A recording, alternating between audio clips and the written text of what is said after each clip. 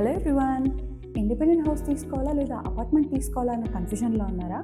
అయితే ఈ reel end వరకు చూడండి, మీ కన్ఫ్యూజన్కి ఒక క్లారిటీ ఇస్తాను. ఇప్పుడు మన ఇండిపెండెంట్ హౌస్కి వచ్చేసరికి కంప్లీట్ ఓనర్షిప్ మనదై ఉంటుంది. ఫుల్ కంట్రోల్ అండ్ ఫ్రీడమ్ మన చేతిలోనే ఉంటుంది. అట్ ది సేమ్ టైం మన ప్రాపర్టీ మనకు నచ్చినట్టు మనం కస్టమైజేషన్ చేయించుకోవచ్చు. దీంట్లో మనకి బిగ్గెస్ట్ అసెట్ ఏంటి అంటే, over a period of time land value అనేది అప్రిసియేషన్ ఎక్కువగా ఉంటుంది. ప్లస్ మనం రీసేల్ చేసుకోవాలనుకుంటే కూడా మన రీసేల్ వాల్యూ చాలా హయ్యర్గా ఉంటుంది. సో ప్రతి ప్రాపర్టీకి ప్లస్ మైనస్ ఉన్నట్టు దీంట్లో కూడా కొన్ని డిసడ్వాంటేజెస్ ఉన్నాయండి.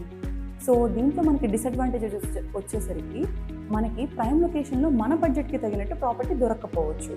At the same time maintenance కూడా కంపారిటివ్లీ హయ్యర్గా ఉంటుంది. ఒకవేళ మీరు ఇన్వెస్ట్మెంట్ కోసం చూస్తున్నారనుకోండి ప్రాపర్టీ, మనకి రెంటల్ ఇన్కమ్ మన బడ్జెట్ కన్నా కూడా తక్కువగానే ఉండొచ్చు యాజ్ ఎక్స్పెక్టెడ్. సో అపార్ట్మెంట్స్కి వచ్చేసరికి మనకి సేఫ్టీ అండ్ సెక్యూరిటీ టాప్ నాచ్లో ఉంటాయి. ఫెసిలిటీస్ అండ్ ఎమ్యూనిటీస్ హై స్టాండర్డ్గా ఉంటాయి.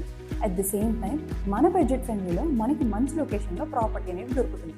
సింపుల్గా చెప్పాలి అనుకుంటే లోవర్ ఇన్వెస్ట్మెంట్లో హై ఇన్కమ్ అనేది అవైలబుల్గా ఉంటుంది. మనకి ఇండిపెండెంట్ హౌసెస్లోనే కాదండి, బట్ అపార్ట్మెంట్స్లో కూడా కొన్ని డ్రాబ్యాక్స్ ఉంటాయి. అవేంటంటే మనకి ల్యాండ్ వాల్యూ షేర్ అనేది తక్కువగా ఉంటుంది. కమ్యూనిటీ రూల్స్ అండ్ రెస్ట్రిక్షన్స్ కంపల్సరీగా ఫాలో అవ్వాలి.